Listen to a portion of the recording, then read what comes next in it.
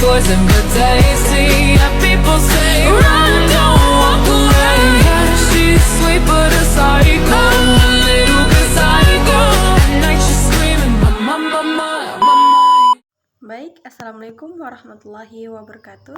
Perkenalkan, saya Rizka Tumundo dengan NIM 2303020032.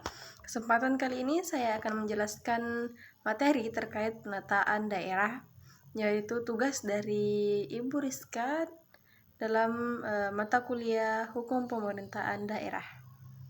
Nah, yang pertama itu kita harus mengetahui apa itu penataan daerah.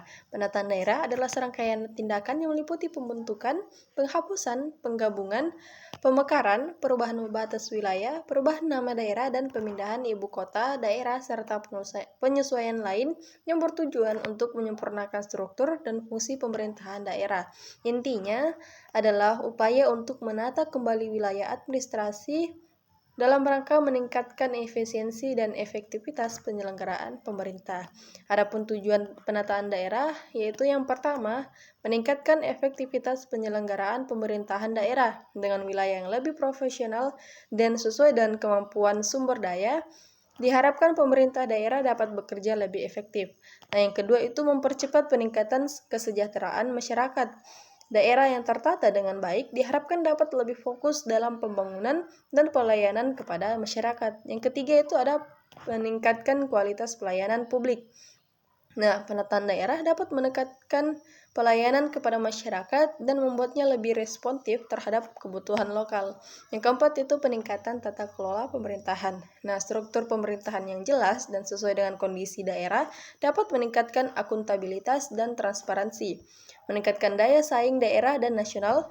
Daerah yang maju dan terkelola dengan baik akan berkontribusi pada daya saing secara keseluruhan, memelihara keunikan adat, tradisi, dan budaya daerah. Nah, penataan daerah dapat mempertimbangkan aspek-aspek sosial, kultural masyarakat setempat.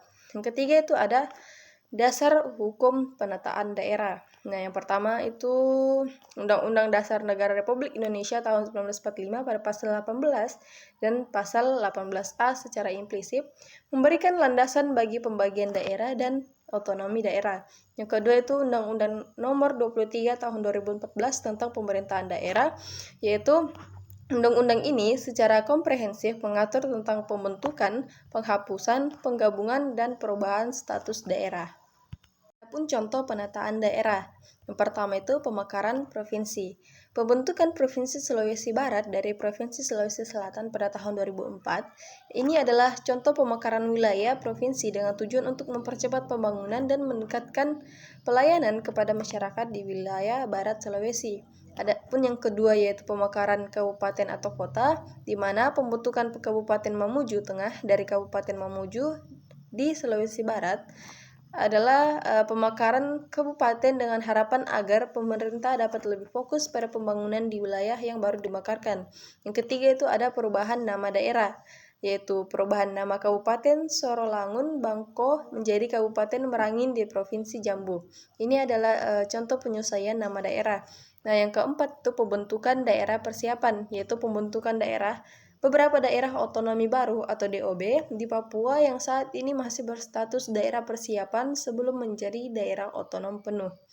Itu saja penjelasan yang dapat saya paparkan. Kurang dan lebihnya mohon dimaafkan.